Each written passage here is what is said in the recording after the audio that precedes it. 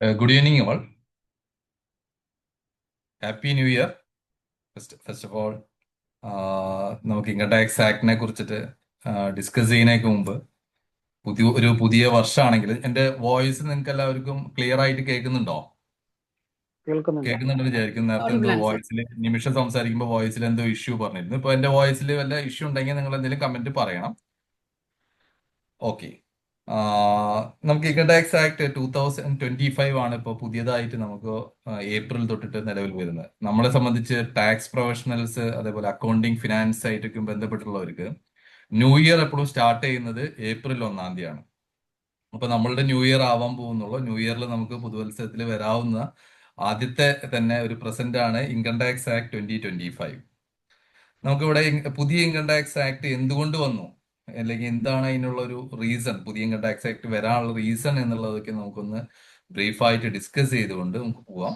ഞാനൊരു detailed class അല്ല ഇതിൽ ഉദ്ദേശിക്കുന്നത്. നമുക്ക് ഈ ക്ലാസ്സിൽ ഉദ്ദേശിക്കുന്നത് നമുക്ക് ഇൻകം ടാക്സ് ആക്ട് 2025, പുതിയ ഇൻകം ടാക്സ് ആക്ടിനെ കുറിച്ച് ഒരു ബ്രോഡ് ആയിട്ടുള്ള ഒരു ഐഡിയ തരാന്നുള്ളതാണ് ഇന്ന് ഉദ്ദേശിക്കുന്നത്. ചെറിയ സ്ട്രക്ചറൽ ചേഞ്ചസും കാര്യങ്ങളൊക്കെ അതിൽ വരുത്തിയുള്ളതിൽ ബ്രോഡ് ആയിട്ടുള്ള ഒരു ചേഞ്ച് ആണ് നമ്മൾ ഡിസ്കസ് ചെയ്യാൻ ഇന്ന് ഉദ്ദേശിച്ചിട്ടുള്ളത്.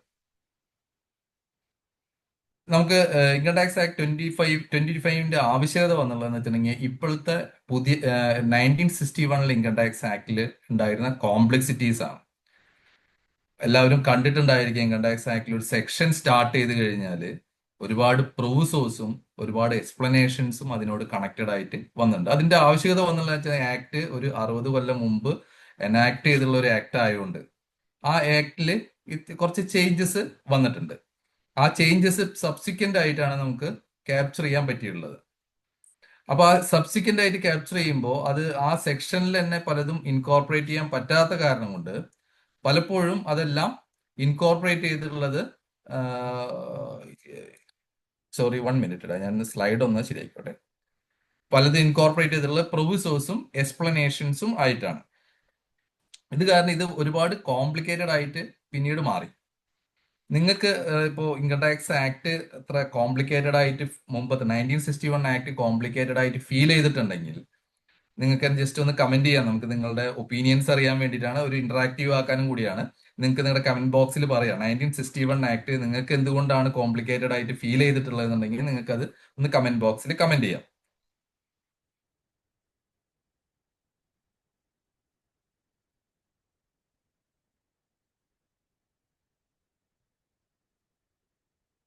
നമുക്ക് ഇൻകം ടാക്സ് ആക്ടിന്റെ 1961 ആക്ട് ഒരു 60 കൊല്ലം മുമ്പ് ഇനാക്ട് ചെയ്തിട്ടുള്ള ഒരു ആക്ട് ആയിരുന്നു.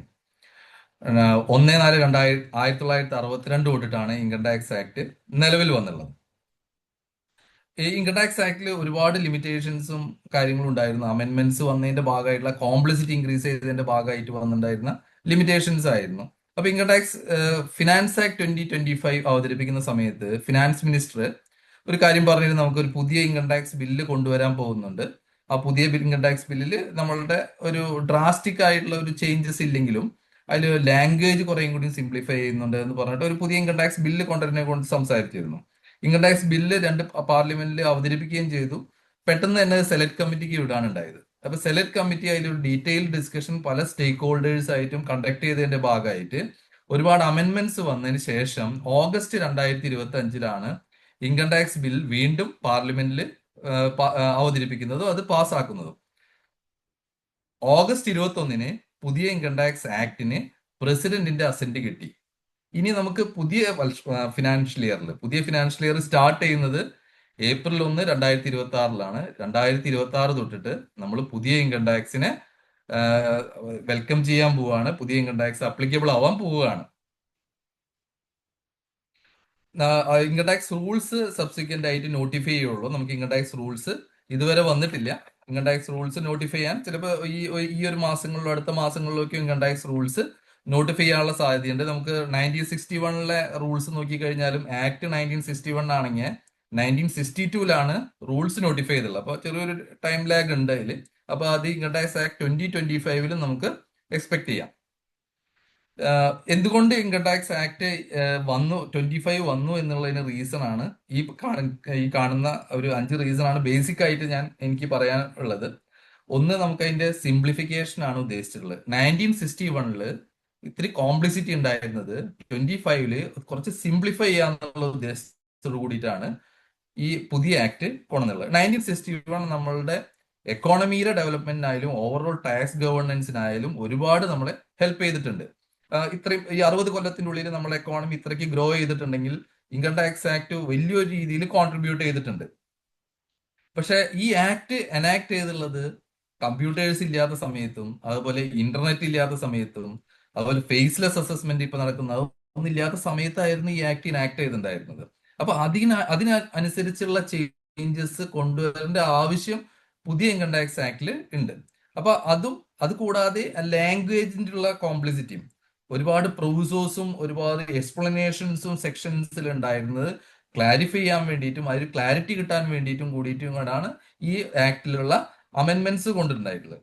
പിന്നെ കുറെ സിംപ്ലിഫൈഡ് ടേംസ് അല്ലെ ന്യൂ ടേംസ് ഇൻട്രൊഡ്യൂസ് ചെയ്യാൻ കൂടി പുതിയ ഇപ്പോ വെർച്വൽ ഡിജിറ്റൽ അസെറ്റ്സ് ഇതൊക്കെ പുതിയ ടേംസുകളാണ്. അങ്ങനെ പല പുതിയ ടേംസ് നമുക്ക് പഴയ ആക്ടില് ഉണ്ടായിരുന്നെങ്കിലും സബ്സിക്വന്റ് ആയിട്ട് ഇൻട്രൊഡ്യൂസ് ചെയ്ത പലതുണ്ടെങ്കിലും പല പുതിയ ടേംസും ഇതിൽ പുതിയ ആക്ടുകളിലേക്ക് ഇൻകോർപ്പറേറ്റ് ചെയ്യേണ്ട ആവശ്യകത ഉണ്ടായിരുന്നു. ഈ ഒരു VDA മാത്രമല്ല, ഒരു ക്ലൗഡ് ബേസ്ഡ് അക്കൗണ്ടിങ് അങ്ങനെ കുറെ കാര്യങ്ങൾ പുതുതായിട്ട് വന്നിട്ടുണ്ട്. ഇപ്പൊ ഈ 60 കൊല്ലത്തിന്റെ ഉള്ളിൽ വന്നുള്ള ചേഞ്ചസ് ഒക്കെ നമുക്ക് ഇൻകോർപ്പറേറ്റ് ചെയ്യേണ്ട ആവശ്യം ഉണ്ടായിരുന്നു. അപ്പൊ ആ മോഡേൺ ടേംസുകൾ കുറെ ഇതിലേക്ക് ഇൻകോർപ്പറേറ്റ് ചെയ്തിട്ടുണ്ട്. അതുപോലെ ഈസ് ഓഫ് കംപ്ലയൻസ്, നമുക്ക് എപ്പോഴും അസസി ഫ്രണ്ട്ലി ആയിരിക്കണം നമ്മളുടെ ആക്ടുകളൊക്കെ.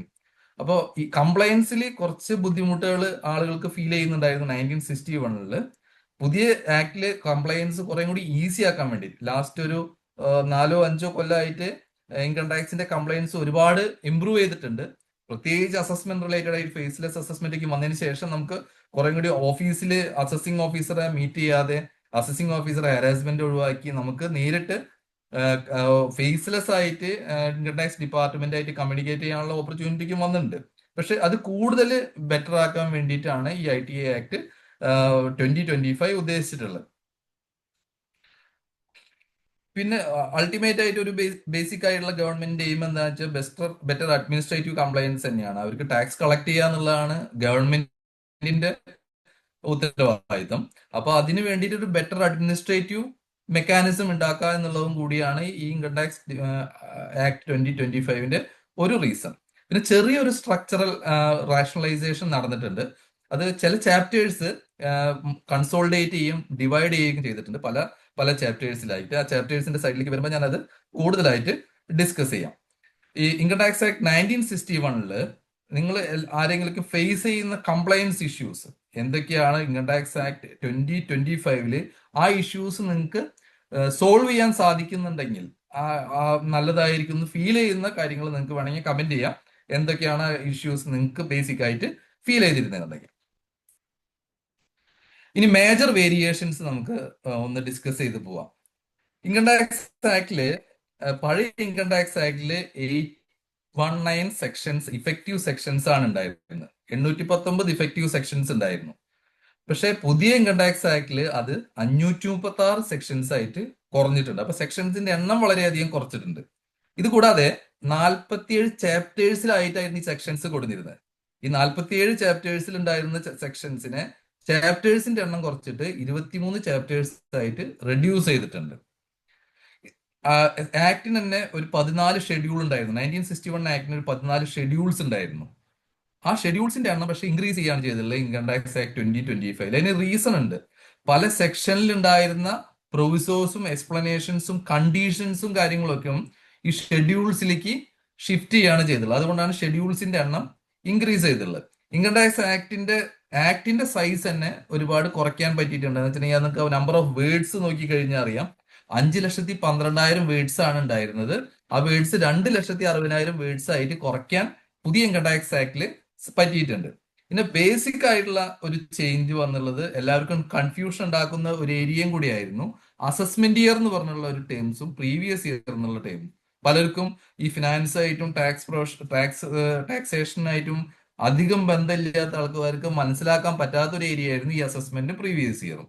ഇപ്പൊ അങ്ങനെ ഒരു കൺഫ്യൂഷൻ അസസീസിനുള്ളത് ഒഴിവാക്കാൻ വേണ്ടിയിട്ട് പുതിയ ഇൻകം ടാക്സ് ആക്ടില് ടാക്സ് ഇയർ എന്നുള്ള കൺസെപ്റ്റ് ആണ് കൊണ്ടുവന്നുള്ളത്. ടാക്സ് ഇയർ എന്ന് പറഞ്ഞാൽ ഒരു ഫിനാൻഷ്യൽ ഇയർ തന്നെയാണ്. ഏപ്രിൽ 1 തൊട്ട് തുടങ്ങുന്ന ഒരു ഫിനാൻഷ്യൽ ഇയർ മാർച്ച് 31 അവസാനിക്കുന്നത്. അപ്പോൾ ഫസ്റ്റ് ടാക്സ് ഇയർ നമുക്ക് വരുന്നത് 26-27 ആണ്.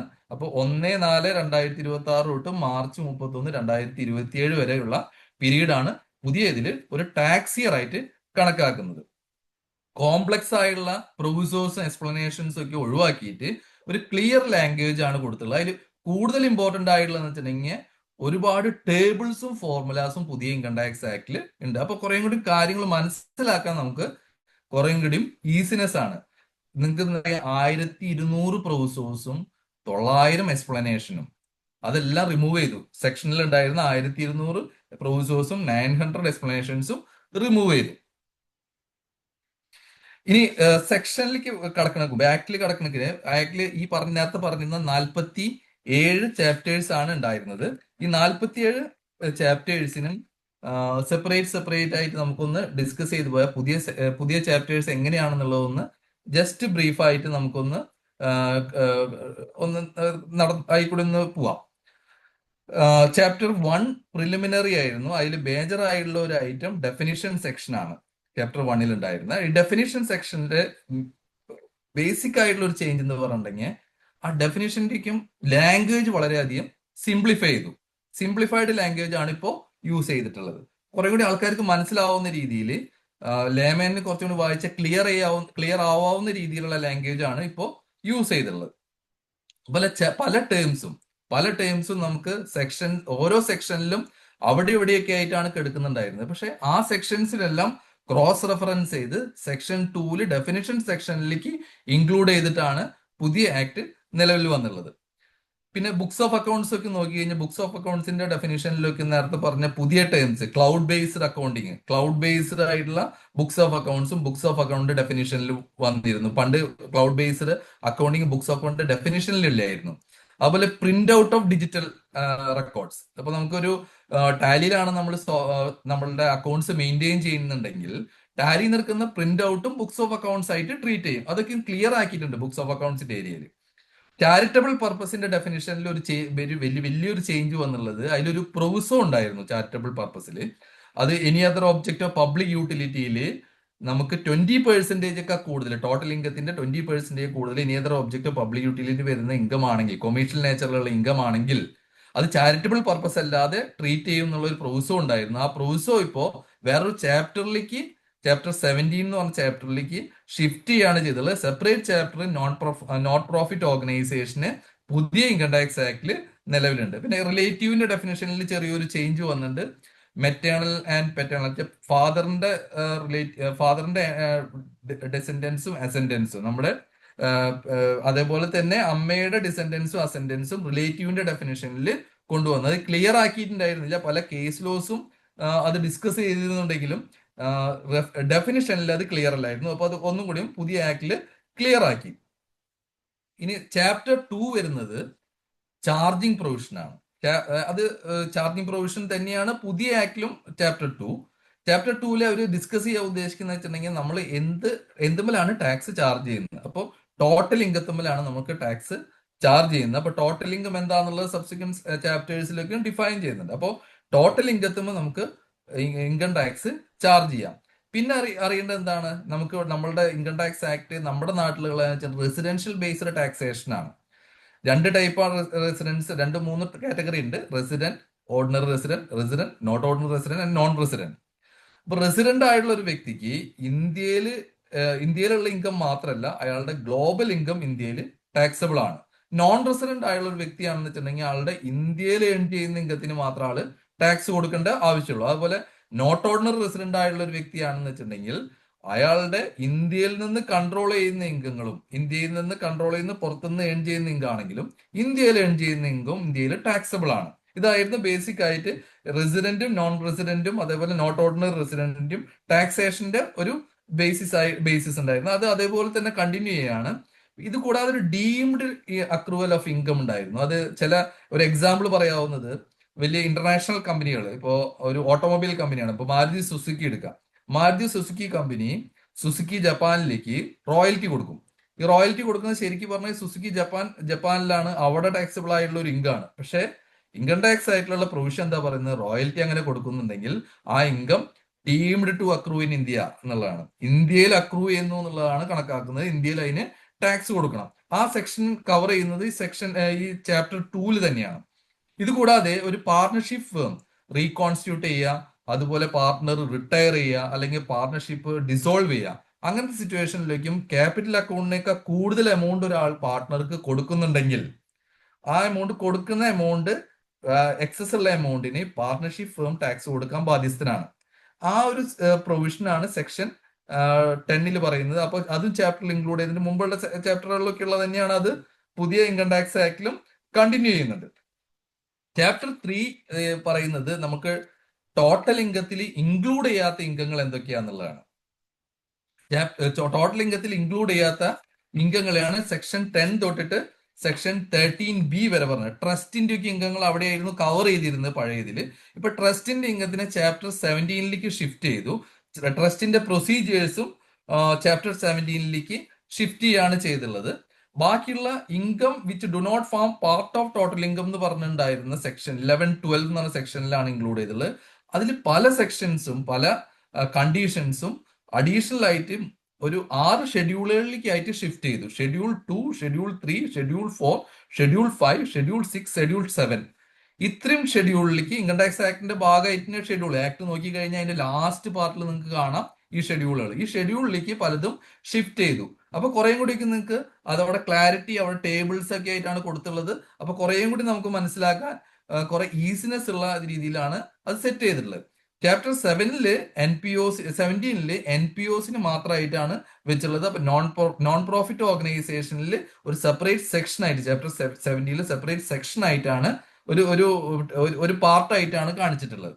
അപ്പോൾ ട്രസ്റ്റുകളുടെ മുഴുവൻ അങ്ങോട്ട് ആ ചാപ്റ്ററിലേക്കാണ് ചേഞ്ച് ചെയ്തിട്ടുള്ളത്.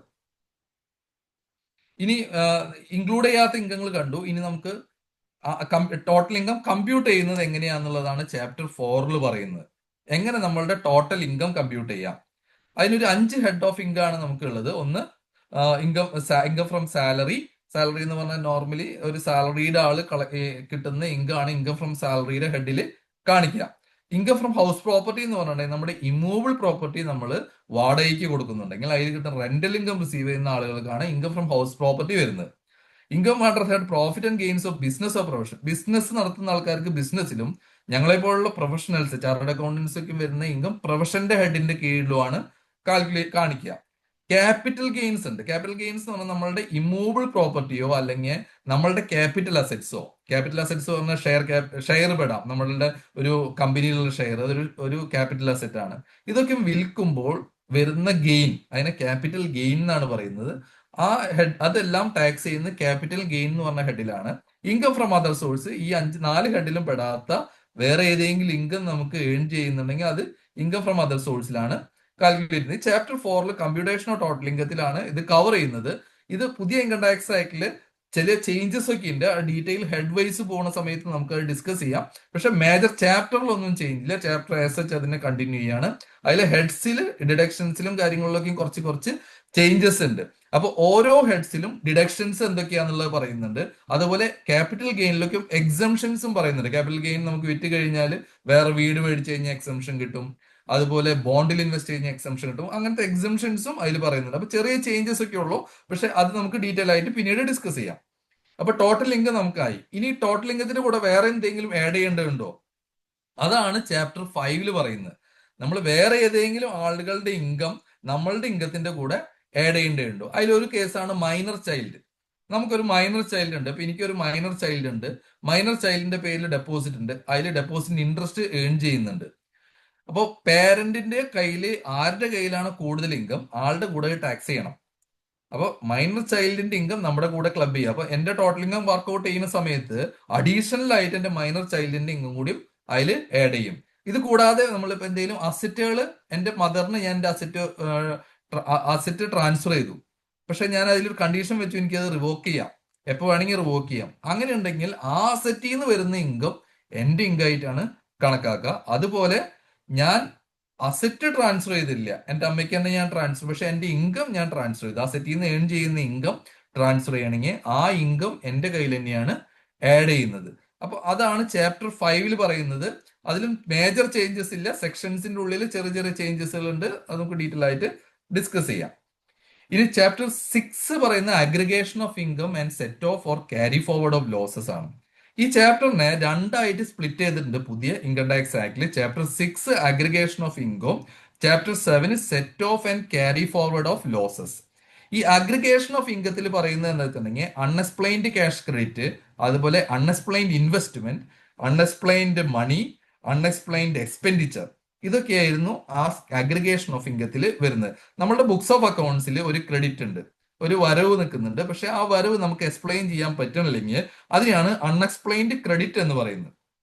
നമ്മളൊരു ഇൻവെസ്റ്റ്മെന്റ് നടത്തിയിട്ടുണ്ട്, പക്ഷെ നമുക്ക് ആ ഇൻവെസ്റ്റ്മെന്റിന്റെ സോഴ്സ് പറയാൻ പറ്റുന്നില്ല. നമ്മളൊരു വീട്ടിൽ ഇൻവെസ്റ്റ് ചെയ്തു, ആ വീടിന് ഇൻവെസ്റ്റ് ചെയ്യാനുള്ള എമൗണ്ട് നമുക്ക് എങ്ങനെ കിട്ടിയെന്ന് നമുക്ക് എക്സ്പ്ലെയിൻ ചെയ്യാൻ പറ്റുന്നില്ല, ടാക്സ് അടച്ച ഇൻകം ഇല്ല.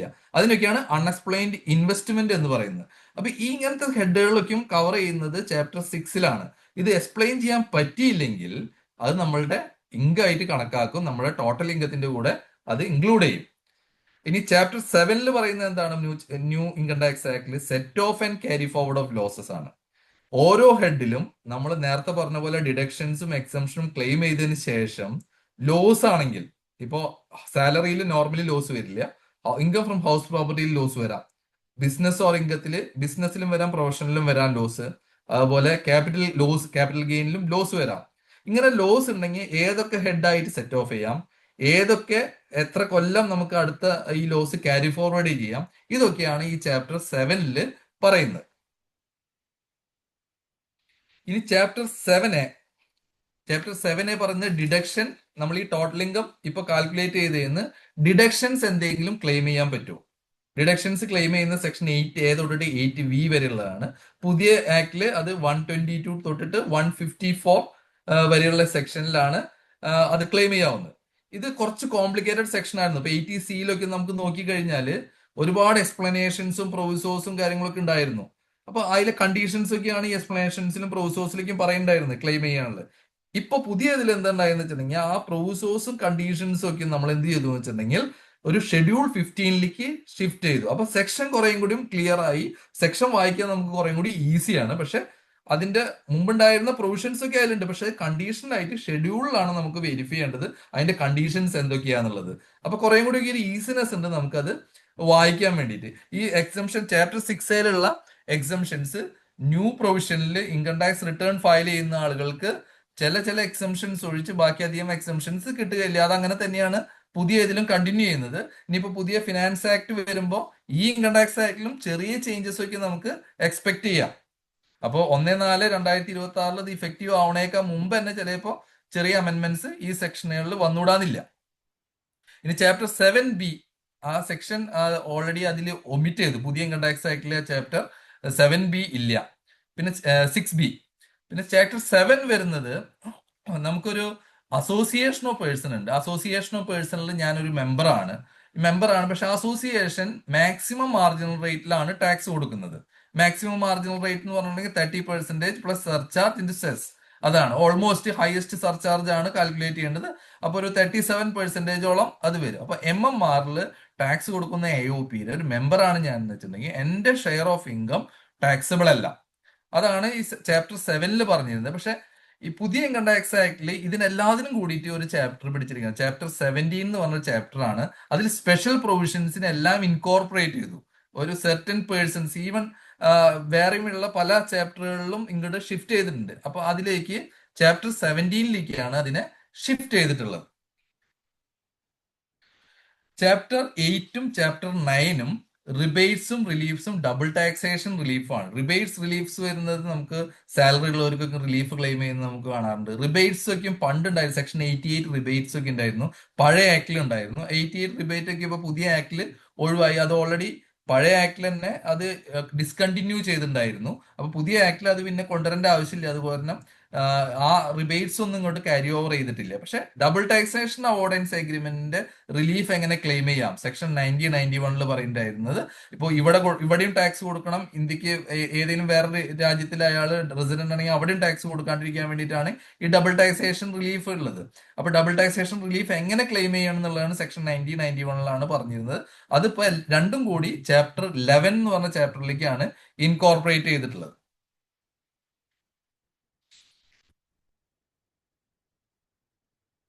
ഇനി ചാപ്റ്റർ 10 ഇന്റർനാഷണൽ ട്രാൻസ്ഫർ പ്രൈസിങ്ങിനെ കുറിച്ചാണ് പറയുന്നത്. ഇന്റർനാഷണൽ ട്രാൻസ്ഫർ പ്രൈസിങ്ങിന്റെ പ്രൊവിഷൻസ് ഇൻകം ടാക്സ് ആക്ട് 2025 അതുപോലെ തന്നെ കണ്ടിന്യൂ ചെയ്യുന്നുണ്ട്. ഇന്റർനാഷണൽ ട്രാൻസ്ഫർ പ്രൈസിങ് പറയുന്നത് എന്താണെന്ന് വെച്ചിട്ടുണ്ടെങ്കിൽ, ഇന്ത്യയിലുള്ള ഒരു അസോസിയേറ്റ് കമ്പനി, ആളുടെ പേരന്റ് കമ്പനി ഇന്ത്യക്ക് പുറത്താണ്, അവരായിട്ടുള്ള ട്രാൻസാക്ഷൻ ആംസ് ലെങ്തിലായിരിക്കണം. ആംസ് ലെങ്തിൽ എന്ന് പറഞ്ഞിട്ടുണ്ടെങ്കിൽ വേറെ അൺകണക്റ്റഡ് ആയിട്ടുള്ള ഒരു പാർട്ടി ആയിട്ട് എങ്ങനെയാണോ ട്രാൻസാക്ട് ചെയ്യുന്നത് ആ രീതിയിൽ തന്നെയായിരിക്കണം ഈ പാർട്ടി ആയിട്ടും ട്രാൻസാക്ട് ചെയ്യേണ്ടത്. അപ്പൊ അതിന് കുറെ ഡോക്യുമെന്റേഷനൊക്കെയും പറയുന്നുണ്ട്. അതാണ് ചാപ്റ്റർ 10 പറയുന്നത്. കുറച്ച് കോംപ്ലിക്കേറ്റഡ് ആയിട്ടുള്ള ഒരു പ്രൊവിഷൻസ് ആണ്, പക്ഷെ അത് ഇമ്പോർട്ടന്റ് ആണ്. ഇന്റർനാഷണൽ ബിസിനസ് ഉള്ളവർക്ക് ഇമ്പോർട്ടന്റ് ആണ്. ഇനി ചാപ്റ്റർ 10A ഗാർ പ്രൊവിഷൻസ് ആണ് പറയുന്നത്. General anti avoidance rule. നമ്മൾ എന്തെങ്കിലും ഒരു അഗ്രിമെന്റ് ഉണ്ടാക്കുകയാണ്. ഈ അഗ്രിമെന്റ് ടാക്സ് ഇവേഷന് വേണ്ടിയിട്ട് അല്ലെങ്കിൽ ടാക്സിന് നമുക്ക് ഒഴിവാക്കാൻ വേണ്ടിയിട്ടാണെങ്കിൽ അത് ഇംപെർമിസിബിൾ അവോയ്ഡൻസ് അഗ്രിമെന്റ് ആയിട്ട് ട്രീറ്റ് ചെയ്യും. അങ്ങനത്തെ സിറ്റുവേഷനിൽ ആ അഗ്രിമെന്റിന്റെ പ്രകാരമുള്ള ഇൻകങ്ങൾ നമ്മൾ ടാക്സ് എത്രയാണോ അവോയ്ഡ് ചെയ്യാൻ ശ്രമിച്ചുള്ളത് ആ അഗ്രിമെന്റ് നൾ ആൻഡ് വോയിഡ് ആയിട്ട് കാണാനുള്ള അവകാശം അല്ലെങ്കിൽ അധികാരം ഡിപ്പാർട്ട്മെന്റിനുണ്ട്. അത് ഈ ജനറൽ ആന്റി അവോയ്ഡൻസ് റൂൾ പുതിയ ഇൻകം ടാക്സ് ആക്ടിലും അതുപോലെ തന്നെ കണ്ടിന്യൂ ചെയ്യുന്നുണ്ട്. ഇത് ഇത്തിരി അഡീഷണൽ പവേഴ്സ് ഇൻകം ടാക്സ് ഡിപ്പാർട്ട്മെന്റിനും അസസിംഗ് ഓഫീസർക്കും കൊടുക്കുന്ന ഒരു പ്രൊവിഷനാണ്. അപ്പൊ അത് ഒരുപാട് ഇമ്പാക്ട് ഉണ്ടാക്കാവുന്ന, പക്ഷെ അധികം ഇത് ഉപയോഗിക്കാറില്ല. ഇത് ഉപയോഗിച്ച് കഴിഞ്ഞിട്ടുണ്ടെങ്കിൽ ഇംപ്ലിക്കേഷൻ വളരെയധികം കൂടുതലായിരിക്കും. Chapter 11 additional income tax on undistributed profit, അത് 1/4/88 ഉടനെ ഇഫക്റ്റീവ് അല്ല. അപ്പൊ അതുകൊണ്ട് പുതിയ ഇൻകം ടാക്സ് ആക്ടിൽ ചാപ്റ്റർ 11 ക്യാരി ഓവർ ചെയ്തിട്ടില്ല. ചാപ്റ്റർ 12 പറയുന്നത് സ്പെഷ്യൽ കേസുകളിൽ നമ്മൾ ടാക്സസ് എങ്ങനെയൊക്കെയാണ് ചാർജ് ചെയ്യാന്നുള്ളത്. എന്തൊക്കെയാണ് സ്പെഷ്യൽ കേസസ് എന്ന് പറഞ്ഞിട്ടുണ്ടെങ്കിൽ, ക്യാപിറ്റൽ ഗെയിനുള്ള ടാക്സ് നമുക്കൊരു സ്പെഷ്യൽ കേസാണ്. അതുപോലെ ലോട്ടറി നമുക്കൊരു സ്പെഷ്യൽ ആയിട്ട് ടാക്സ് റേറ്റ് ആണ്. ക്യാപിറ്റൽ ഗെയിനിൽ 2-3 ടൈപ്പ് ടാക്സേഷൻ ഉണ്ട്. 111A, 112, അങ്ങനെ ഒരു 12.5% ഉണ്ട്, 20% ഉണ്ട്. അങ്ങനെ 2 റേറ്റുകൾ ക്യാപിറ്റൽ ഗെയിനിൽ പറയുന്നുണ്ട്. ലോട്ടറിയിൽ 30% ആണ് ലോട്ടറിയിൽ റേറ്റ് പറയുന്നത്. വെർച്വൽ ഡിജിറ്റൽ അസറ്റിലും 30% ടാക്സ് റേറ്റ് ഉണ്ട്. പിന്നെ ബെനിഫിഷ്യൽ ടാക്സേഷൻ ഇൻഡിവിജ്വൽസിനുള്ള 115BAC എന്ന് പറഞ്ഞ സെക്ഷനിൽ ഉണ്ടായിരുന്ന ബെനിഫിഷ്യൽ ടാക്സേഷൻ ആണ് ചാപ്റ്റർ 12 ഇതിപ്പോ പുതിയ ആക്ടില് ചാപ്റ്റർ 13 അത് കവർ ചെയ്യുന്നത്. കമ്പനികൾക്കും അതേപോലെ വലിയ ടേൺ ഓവർ ഇല്ലാത്ത കമ്പനികൾക്ക് 25% ടാക്സ് ആണ് കൊടുക്കേണ്ടി വന്നിരുന്നുള്ളൂ. അപ്പൊ അതും പറയുന്നത് ചാപ്റ്റർ 12 അത് ചാപ്റ്റർ 13 ഷിഫ്റ്റ് ചെയ്തുള്ളത്. അപ്പൊ chapter 13 determination of tax in special cases ഇനി കവർ ചെയ്യുന്നത്. അതുപോലെ അനോണിമസ് ഡൊണേഷൻ കിട്ടുകയാണെങ്കിൽ, ചാരിറ്റബിൾ ട്രസ്റ്റുകൾക്കൊക്കെയും അനോണിമസ് ഡൊണേഷൻ കിട്ടുകയാണെങ്കിൽ അതിനും 30% ടാക്സ് ചെയ്യാനുള്ള അധികാരം ഉണ്ടായിരുന്നു. റിലീജിയസ് ട്രസ്റ്റിന് ഇത് അപ്ലിക്കബിൾ അല്ല, പക്ഷെ ചാരിറ്റബിൾ ട്രസ്റ്റുകൾക്ക് അനോണിമസ് ഡൊണേഷൻ കിട്ടുകയാണെന്ന് വെച്ചിട്ടുണ്ടെങ്കിൽ അത് ടാക്സ് ചെയ്യുന്ന പ്രൊവിഷനും കവർ ചെയ്യുന്നത് ഈ ചാപ്റ്ററിലായിരുന്നു. അൺഎക്സ്പ്ലെയിൻഡ് ഇൻകം നേരത്തെ പറഞ്ഞിരുന്നു, unexplained cash credit, unexplained investment, അതെല്ലാം കവർ ചെയ്യുന്നതിന്റെ ടാക്സേഷൻ കവർ ചെയ്യുന്നത് ചാപ്റ്റർ 12 അത് ചാപ്റ്റർ 13 ഇപ്പോൾ ഷിഫ്റ്റ് ചെയ്തിട്ടുള്ളത്.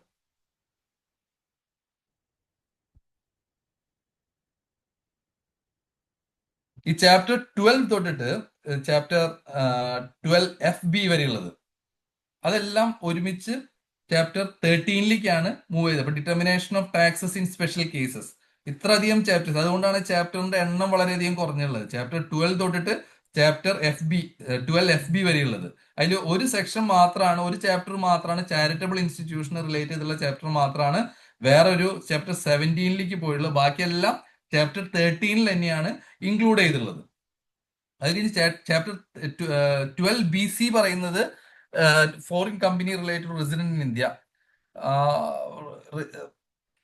ഫോറിൻ കമ്പനിയുടെ റെസിഡന്റ് ആയിട്ടുള്ള ഇന്ത്യയിലുള്ള കമ്പനികളുടെ ഇതാണ് ചാപ്റ്റർ 12BC പറയുന്നത്. അതും ചാപ്റ്റർ 13 തന്നെയാണ് കവർ ചെയ്തിട്ടുള്ളത്.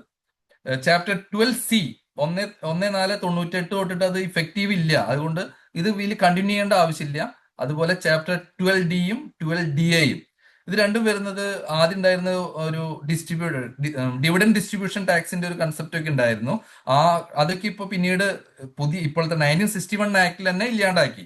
അപ്പോൾ ഒരാൾക്ക് ഡിവിഡൻ ഡിസ്ട്രിബ്യൂട്ട് ചെയ്ത് കിട്ടുന്ന സമയത്ത് അത് റിസീവ് ചെയ്യുന്ന ആള് ടാക്സ് അടയ്ക്കുന്ന സിറ്റുവേഷൻ ആണ് ഇപ്പോൾ ഉള്ളത്. അപ്പോൾ ഈ ചാപ്റ്റേഴ്സിന്റെ ആവശ്യമില്ല. അതുപോലെ ബൈബാക്ക് ഓഫ് ഷെയർസിലും നമുക്ക് റിസീവ് ചെയ്യുന്ന ആൾക്കാണ് ഇപ്പൊ ടാക്സബിലിറ്റി ഉള്ളതുകൊണ്ട് അതിന്റെ corresponding provision income tax act 2025 incorporate ചെയ്തിട്ടില്ല.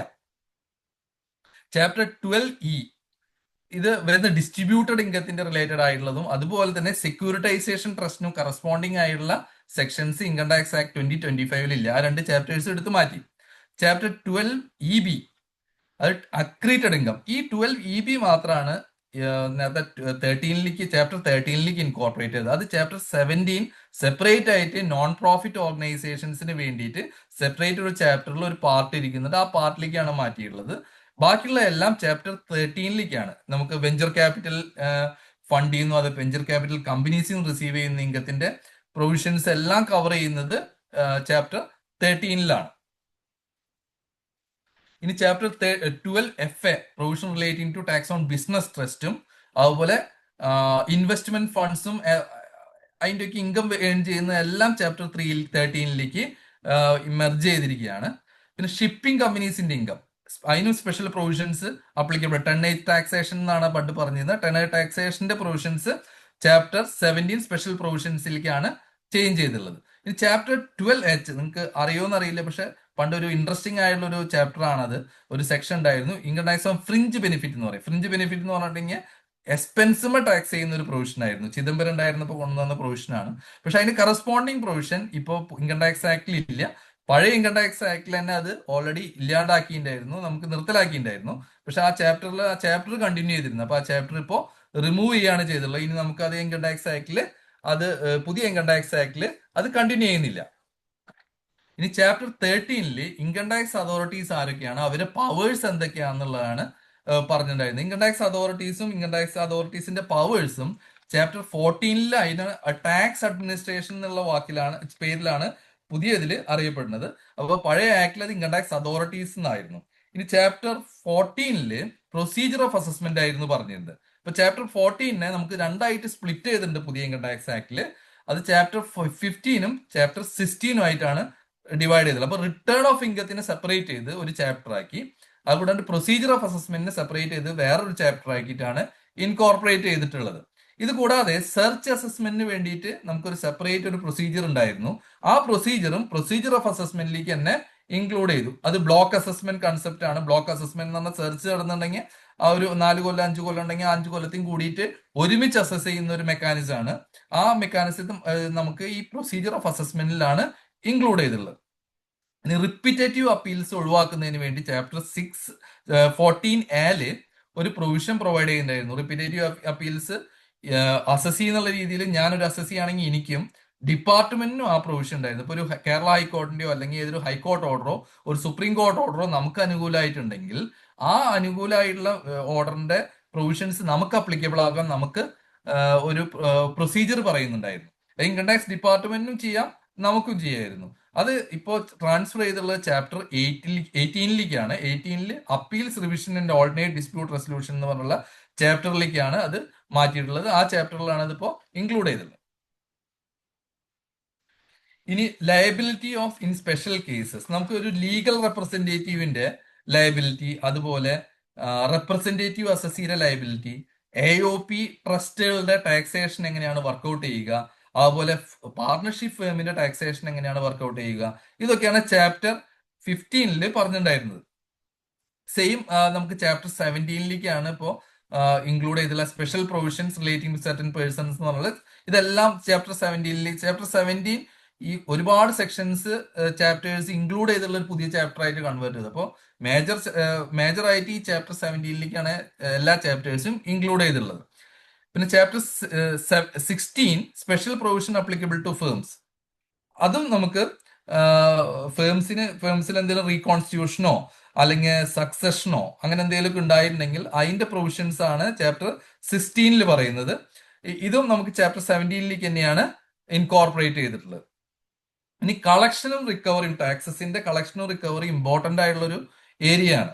അപ്പോൾ ടി ഡി എസും ടി സി എസും എന്ന് പറയുന്നുള്ളത്, ഇത് ടി ഡി എസും ടി സി എസിലും മേജർ ആയിട്ടുള്ള ഒരു ചേഞ്ച് അതിന്റെ പ്രസന്റേഷൻ ആണ്. പണ്ട് കുറച്ച് കോംപ്ലിക്കേഷൻ ഉണ്ടായിരുന്നെങ്കിലും ഇപ്പൊ അതൊരു കുറേയും കൂടി നല്ല ടേബിൾസ് ആയിട്ട് പ്രസന്റ് ചെയ്യുന്നത്. അപ്പൊ നമുക്ക് മനസ്സിലാക്കാൻ കഴിയുന്ന രീതിയിലുള്ള ഒരു പ്രസന്റേഷൻ ആണ് പുതിയ ഇൻകം ടാക്സ് ആക്ടിൽ വന്നിട്ടുള്ളത്. അപ്പോൾ രണ്ട് സെക്ഷനിലേക്ക് ആയിട്ട് അതിനെ കുറച്ചു. 393 എന്ന് പറഞ്ഞ സെക്ഷനിലാണ് ടി ഡി എസ് കവർ ചെയ്യുന്നുള്ളൂ. നമുക്ക് 194, 194A, 194 ഇങ്ങനെ 43 സെക്ഷനുകൾ ഉണ്ടായിരുന്നു. ആ സെക്ഷൻസ് എല്ലാം കുറച്ചിട്ട് 393 എന്ന് പറഞ്ഞ സെക്ഷനിലാണ് T D S provision cover ചെയ്യുന്നത്. പക്ഷെ അതിന് സെപ്പറേറ്റ് ഒരു ഷെഡ്യൂൾസ് സെപ്പറേറ്റ് അറ്റാച്ച് ചെയ്തിട്ടുണ്ട്, ടേബിൾസ് അറ്റാച്ച് ചെയ്ത്, ഷെഡ്യൂൾ അല്ല, ഈ സെക്ഷൻ തന്നെ കുറച്ച് ടേബിൾസ് ഉണ്ട്. ഈ ടേബിൾസിൽ റെസിഡന്റ് ആയുള്ള ഒരാൾക്ക് എങ്ങനെയാണ് ടി ഡി എസ് പിടിക്കേണ്ടത്, നോൺ റെസിഡന്റ് ആയുള്ള ആൾക്ക് എങ്ങനെയാണ് ടി ഡി എസ് പിടിക്കേണ്ടത്, അതുപോലെ തന്നെ ഡിഡക്ഷൻ വേണ്ടാത്ത സമയം എപ്പോഴൊക്കെയാണ്, അതൊക്കെയാണ് ടി ഡി എസിൽ കവർ ചെയ്യുന്നത്. അപ്പൊ കുറേ കൂടിക്കും ഈസിനെസ് ഉണ്ട് നമുക്ക് വായിക്കാൻ, അത് മനസ്സിലാക്കണം. സിമിലർ ആയിട്ട് തന്നെ ടി സി എസിന്റെ പ്രൊവിഷൻസിലും അതുപോലെ തന്നെ മാറ്റമുണ്ട്. ഒരു സെക്ഷനിലേക്ക് ഇൻകോർപ്പറേറ്റ് ചെയ്തു. 394 എന്ന് പറഞ്ഞ സെക്ഷനിലേക്കാണ് ടി സി എസ് കംപ്ലീറ്റ് ആയിട്ട് ചേഞ്ച് ചെയ്തിട്ടുള്ളത്. അപ്പോൾ ടി സി എസ് നമുക്ക് ഒരു ടേബിൾ ആർ ഫോമിൽ കിട്ടും, നമുക്ക് ക്ലിയർ ആയിട്ട് മനസ്സിലാവുന്ന രീതിയിലാണ് അതിൽ പ്രസന്റ് ചെയ്തിട്ടുള്ളത്. പിന്നെ റീഫണ്ട് ക്ലെയിം ചെയ്യണമെങ്കിൽ നമുക്ക് ചാപ്റ്റർ 19 റീഫണ്ട് ക്ലെയിം ചെയ്യുന്നതിനെ കുറിച്ച് പറയുന്നുണ്ട്. ആ റീഫണ്ട് ആ ചാപ്റ്റർ 20 തന്നെയാണ്. 19 ആണ് ഇൻകം ടാക്സ് ആക്ട് 1961, പക്ഷെ ചാപ്റ്റർ 20 ആണ് ഇൻകം ടാക്സ് ആക്ട് 2025 റീഫണ്ടിനെ കുറിച്ച് പറയുന്നത്. റീഫണ്ട് ക്ലെയിം ചെയ്യണമെങ്കിൽ നമുക്ക് റിട്ടേൺ ഫയൽ ചെയ്യണം. പഴയ ഇൻകം ടാക്സ് ആക്ടിന്റെ 139 പുതിയ ഇൻകം ടാക്സ് ആക്ടിന്റെ 263 എന്ന് പറഞ്ഞ സെക്ഷനിലും റിട്ടേൺ ഫയൽ ചെയ്താൽ മാത്രമേ നമുക്ക് ഇൻകം ടാക്സ് റീഫണ്ട് മേടിക്കാനുള്ള അവകാശമുള്ളൂ. ഇനി chapter 19A settlement of cases ആയിരുന്നു. 19A സെറ്റിൽമെന്റ് ഓഫ് കേസസിൽ പറയുന്നത് വെച്ചിട്ടുണ്ടെങ്കിൽ നമുക്ക് എന്തെങ്കിലും ഡിസ്പ്യൂട്ട് ഉള്ള സമയത്ത് ഡിസ്പ്യൂട്ട് ഉള്ള ആളുകൾക്ക് ഈ സെറ്റിൽ ചെയ്യാൻ വേണ്ടി സെറ്റിൽമെന്റ് കമ്മീഷനെ അപ്രോച്ച് ചെയ്യായിരുന്നു. ഈ സെറ്റിൽമെന്റ് കമ്മീഷൻ ഇപ്പോൾ പുതിയ ഇൻകം ടാക്സ് ആക്ടിൽ കണ്ടിന്യൂ ചെയ്യുന്നില്ല, ആ ചാപ്റ്റർ അങ്ങനെ തന്നെ ഒഴിവാക്കി. അപ്പൊ settlement commission income tax act 2025 ഇല്ല. ഡിസ്പ്യൂട്ട് റെസൊല്യൂഷൻ കമ്മിറ്റി ഉണ്ടായിരുന്നു, അതേപോലെ അഡ്വാൻസ് റൂളിംഗ് ഉണ്ടായിരുന്നു. ഈ dispute റെസൊല്യൂഷനൊക്കെ normally international taxation related ആയിട്ടുള്ള DRP എന്ന് പറഞ്ഞുള്ള dispute resolution panel, dispute resolution committee എന്ന് പറയാം. അപ്പൊ ഇന്റർനാഷണൽ ടാക്സേഷൻ ആയിട്ട് റിലേറ്റഡ് ആയിട്ടുള്ളതാണ്. അഡ്വാൻസ് റൂളിംഗ് ഇന്റർനാഷണൽ ടാക്സേഷൻ ആയിട്ട് റിലേറ്റഡ് ആയിട്ടുള്ളതാണ്. ഈ രണ്ട് ചാപ്റ്ററും അതുപോലെ ചാപ്റ്റർ 10 അപ്പീൽസ് ആൻഡ് റിവിഷൻസും ഇതെല്ലാം കൂടി ഇൻകോർപ്പറേറ്റ് ചെയ്തുകൊണ്ട് ഒറ്റ ചാപ്റ്റർ ആയിട്ട് ചാപ്റ്റർ 18 ആയിട്ട് കൺവേർട്ട് ചെയ്തു. Appeal, revision and alternate dispute resolutions എന്നുള്ള ചാപ്റ്ററിലേക്ക് അതിനെ മെർജ് ചെയ്യാണ് ചെയ്തിട്ടുള്ളത്. ചാപ്റ്റർ 20A കറസ്പോണ്ടിങ് ചാപ്റ്റർ ഇല്ല, അത് നമുക്ക് റിമൂവ് ചെയ്തിട്ടുണ്ട്. അതൊക്കെ ആവശ്യമില്ലാത്ത സെക്ഷൻസ് ആണ്, പിന്നീട് സബ്സിക്വന്റ് ആയിട്ട് റിമൂവ് ചെയ്തതാണ്. ഇനി ചാപ്റ്റർ 20B കവർ ചെയ്യുന്നത് നമ്മുടെ 269 SS-ഉം 269T, 269ST എന്നുള്ള സെക്ഷൻസ് ഒക്കെയാണ്. 20,000 എബോവ് നമ്മൾ ഒരാളെ നിന്ന് ക്യാഷ് ആയിട്ട് ഒരു ഡെപ്പോസിറ്റോ അല്ലെങ്കിൽ ലോൺ ആയിട്ടോ മേടിക്കാൻ പാടില്ല എന്നുള്ള പ്രൊവിഷനും, അതുപോലെ തന്നെ 2 lakhന് എബോവ് ക്യാഷ് ആയിട്ടോ ഒരു ട്രാൻസാക്ഷൻ അഗെയിൻസ്റ്റ്, ഒരു ഈവന്റിന് അഗെയിൻസ്റ്റ് മേടിക്കാൻ പാടില്ല എന്നുള്ള സെക്ഷൻസ് ആണ് ഈ ചാപ്റ്റർ 10 പറഞ്ഞുള്ളത്. ഇതിൽ സ്പെസിഫിക് ആയിട്ട് ഒരു കാര്യം പറഞ്ഞിട്ടുണ്ടായിരുന്നു, അത് counteract evasion of tax evasion ഒഴിവാക്കാൻ വേണ്ടിയിട്ടാണ് ഈ ചാപ്റ്റർ കൊണ്ടുവന്നിട്ടുണ്ടായിരുന്നത് ഇന്റൻഷൻ. പക്ഷെ പുതിയ chapter income tax act 2025 incorporate ചെയ്യുമ്പോൾ mode of payment in certain cases എന്ന് മാത്രം ഉപയോഗിച്ചിട്ടുള്ള വാക്ക് ആ ചാപ്റ്ററിന്റെ ഇന്റൻഷൻ അവിടെ ക്ലിയർ ആക്കിയില്ല. അതിനൊരു റീസൺ ഉണ്ടായിരിക്കാം. പലപ്പോഴും പല കേസുകളിലും അസസിക്ക് അനുകൂലമായിട്ടുള്ള കുറെ വിധികൾ വന്നിട്ടുണ്ട്. ഈ കൗണ്ടർ ആക്ടിവേഷൻ ഓഫ് ടാക്സ് എന്നുള്ള ആ ഇവേഷൻ ഓഫ് ടാക്സ് ഇല്ലെങ്കിൽ ഇതിന് ഈ അപ്ലിക്കബിലിറ്റി എങ്ങനെയാന്നുള്ള ഒരു കേസുകൾ കുറെ ഉണ്ടായിരുന്നു. അത് ഒഴിവാക്കാനാണ് mode of payment certain cases എന്ന് മാത്രമാണ് ഇപ്പോഴത്തെ അതിന് പേര് വെച്ചിട്ടുള്ളൂ. ചാപ്റ്റർ 20C കറസ്പോണ്ടിങ് ആയിട്ടുള്ള ചാപ്റ്റർ ഇൻകം ടാക്സ് ആക്ട് 2025 ഇല്ല. അതുപോലെ ചാപ്റ്റർ 21 ആൻഡ് 22 ഇതിൽ പറഞ്ഞത് പെനാൽറ്റീസ് ഇമ്പോസിബിളും ഒഫൻസസ് ആൻഡ് പ്രോസിക്യൂഷൻ ആണ്. നമ്മൾ നേരത്തെ പറഞ്ഞ 269 SS-ഉം 269T എന്ന് പറഞ്ഞ സെക്ഷനിലും പെനാൽറ്റി ഇമ്പോസ് ചെയ്യുന്നത് എങ്ങനെയാന്നുള്ളതാണ് ഈ പെനാൽറ്റീസിൽ പറയുന്നത്. ഈ സെക്ഷൻ മാത്രമല്ല, ഇൻകം ടാക്സ് ആക്ടിൽ ഏതൊക്കെ പ്രൊവിഷൻസിന് വയലേഷൻ ഉണ്ടോ അതിനൊക്കെയും പെനാൽറ്റി ഉണ്ടെങ്കിൽ അതെല്ലാം കവർ ചെയ്യുന്ന ഈ പെനാൽറ്റീസിന്റെ സെക്ഷനിലാണ്. അപ്പൊ പെനാൽറ്റി എന്തൊക്കെയാണെന്നുള്ളത് എങ്ങനെയൊക്കെ കമ്പ്യൂട്ട് ചെയ്യാം, അതിലെന്തെങ്കിലും റീസണബിൾ കോസ്റ്റ് ഉണ്ടെങ്കിൽ പെനാൽറ്റി എങ്ങനെ ഒഴിവാക്കാം, ഈ കാര്യങ്ങളൊക്കെ ഈ ചാപ്റ്ററിലാണ് കവർ ചെയ്യുന്നത്. പിന്നെ ഒഫൻസസും പ്രോസിക്യൂഷൻ ഏതൊക്കെ ഒഫൻസുകൾക്കാണ് വരുന്നത്, പ്രോസിക്യൂഷൻ വരാന്നുണ്ടെങ്കിൽ ഇംപ്രിസൺമെന്റ് ഉള്ള കേസുകൾക്കാണ് പ്രോസിക്യൂഷൻ ഉണ്ടായിരിക്കുക. അപ്പോൾ അതൊക്കെ ഒഫൻസുകൾ എന്തൊക്കെയാണെന്നുള്ളതാണ് ചാപ്റ്റർ 22 കവർ ചെയ്യുന്നത്. ചാപ്റ്റർ 22 തന്നെയാണ് പുതിയ ഇൻകം ടാക്സ് ആക്ടിലും അത് കവർ ചെയ്യുന്നത്. ഇനി ലാസ്റ്റ് ചാപ്റ്റർ എന്ന് പറയുന്നത് വളരെ ഇമ്പോർട്ടന്റ് ആയിട്ടുള്ള ഒരു ചാപ്റ്റർ ആണ്, മിസ്ലേനിയസ് എന്ന് പറഞ്ഞുള്ള ചാപ്റ്റർ 13. ഈ 23, ചാപ്റ്റർ 23. അപ്പൊ ചാപ്റ്റർ 23 രണ്ട് സെക്ഷൻസ് ആണ് കൂടുതൽ ഇമ്പോർട്ടന്റ് ആയിട്ടുള്ളത്. അതിൽ ഒരു സെക്ഷൻ 535 റിമൂവൽ ഓഫ് ഡിഫിക്കൽറ്റിയും, അടുത്ത സെക്ഷൻ 536 റിപ്പീൽസ് ആൻഡ് സേവിങ്സും. ഇതിൽ മേജർ ഇമ്പാക്ട് എന്താ വരുന്നത് വെച്ചിട്ടുണ്ടെങ്കിൽ, ഇൻകം ടാക്സ് ഡിപ്പാർട്ട്മെന്റിന് ഈ ഇൻകം ടാക്സ് ആക്ടിലെ ഏതെങ്കിലും ഒരു സെക്ഷൻ നടപ്പിലാക്കുന്നതിൽ എന്തെങ്കിലും ഡിഫിക്കൽറ്റി ഉണ്ടെങ്കിൽ അവർക്ക് എന്തെങ്കിലും റൂൾസ് അതിന് കണക്റ്റഡ് ആയിട്ട് നോട്ടിഫൈ ചെയ്യാനുള്ള അധികാരം കൊടുക്കുന്നതാണ് section 535 removal of difficulty section. ഇനി സെക്ഷൻ 536 റിപ്പീൽസ് ആൻഡ് സേവിംഗ് പറയുന്നത് എന്താ വെച്ചിട്ടുണ്ടെങ്കിൽ, 1961 ആക്ട് ഈ 1/4/26 കൂടി റിപ്പീൽഡായി, ഇൻകം ടാക്സ് ആക്ട് നിലവിലില്ല. അപ്പൊ നമുക്ക് എല്ലാവർക്കുള്ള സംശയങ്ങൾ എന്ന് വെച്ചാൽ പല നോട്ടീസസ് നമുക്ക് നേരത്തെ വന്നിട്ടുണ്ട്. നോട്ടീസസ് ഇഷ്യൂ ചെയ്തിട്ടുണ്ടാവാം 1961 ആക്ടിലായിരിക്കും, പക്ഷെ അതിന്റെയൊക്കെ കംപ്ലീഷൻ കഴിഞ്ഞിട്ടില്ല, അസസ്മെന്റ് കംപ്ലീറ്റ് ആയിട്ടില്ല.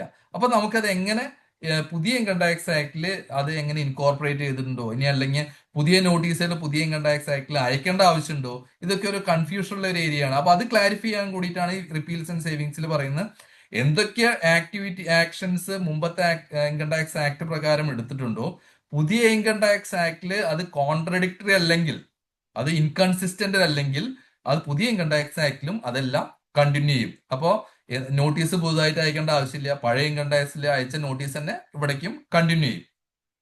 അതുപോലെ തന്നെ ഇൻകം ടാക്സ് ഡിപ്പാർട്ട്മെന്റ് പഴയ ഇൻകം ടാക്സ് ആക്ടില് 1961 ഇൻകം ടാക്സ് ആക്ടില് ഒരുപാട് നോട്ടിഫിക്കേഷൻസും ഇൻസ്ട്രക്ഷൻസും ഡയറക്ഷൻസും ഓർഡേഴ്സും റൂൾസും സ്കീംസും ഒക്കെ നോട്ടിഫൈ ചെയ്തിട്ടുണ്ട്. ഇതിന്റെയൊക്കെയും എന്തായിരിക്കും ഈ നോട്ടീസിനൊക്കെ ഉണ്ടാവാം.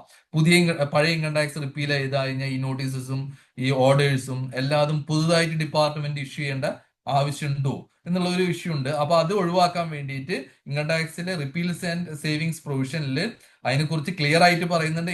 ITA ആക്ടില് പുതിയ ഇൻകം ടാക്സ് ആക്ട് 2025 ഇൻകൺസിസ്റ്റന്റ് അല്ലാത്ത എല്ലാ സർക്കുലേഴ്സും എല്ലാ ഡയറക്ഷൻസും എല്ലാ ഇൻസ്ട്രക്ഷൻസും എല്ലാ നോട്ടിഫിക്കേഷനും എല്ലാ റൂൾസും പുതിയ ഇൻകം ടാക്സ് ആക്ടിലും കണ്ടിന്യൂ ചെയ്യും. ഇതിൽ നാളെ ലിറ്റിഗേഷൻ വരാൻ ഒരുപാട് ചാൻസസ് ഉള്ള ഒരു ഏരിയ ആണ് ഈ ചാപ്റ്റർ എന്ന് പറഞ്ഞുള്ളത്. നമുക്ക് റിപ്പീൽസും റിവിഷനും ഏത് ആക്ട് വന്നാലും അതിലുണ്ടാവുന്ന ഒരു പ്രൊവിഷനാണ്. ഇപ്പൊ GST ആക്ട് വന്നപ്പോഴും ഈ റിപ്പീൽസ് ആൻഡ് റിവിഷൻ സെക്ഷൻസിൽ ഒരുപാട് ലിറ്റിഗേഷൻ വന്നുള്ള ഒരു ഏരിയ നമുക്ക് ഇൻകം ടാക്സ് ആക്ടിലും നമുക്കത് എക്സ്പെക്ട് ചെയ്യാം. ഇത്രയാണ് നമുക്ക് ഇൻകം ടാക്സിൽ ഉള്ള മേജർ ചാപ്റ്റേഴ്സ്. ഷെഡ്യൂൾസ് 26ഉം 23യും ഷെഡ്യൂൾ 14 ഷെഡ്യൂൾസ് കഴിഞ്ഞ ഇൻകം ടാക്സ് ആക്ടിലും ഉണ്ട്. അത് നമുക്ക് ഡീറ്റെയിൽ ക്ലാസ്സസ് എടുക്കുന്ന സമയത്ത് നമുക്ക് എടുത്തു പോകാം. ഇതിപ്പോ നമുക്കൊരു ബ്രീഫ് ഇൻട്രോ എന്നുള്ള രീതിയിലാണ് നമുക്ക് ഈ ഒരു പ്രസന്റേഷൻ ഞാൻ എടുത്തുള്ളത്. നിങ്ങൾക്ക് ചാപ്റ്റേഴ്സ് മനസ്സിലാക്കാനും അതെങ്ങനെയാണ് ചാപ്റ്റേഴ്സ് അറേഞ്ച് ചെയ്തിട്ടുള്ളതെന്ന് കാണിക്കാനും കൂടി വേണ്ടിയിട്ടാണ് ഇത് ചെയ്തിട്ടുള്ളത്. അപ്പൊ ഇപ്പോ ഇവിടെ നമ്മുടെ ഈ സെഷൻ ഇതോടുകൂടി അവസാനിക്കുകയാണ്.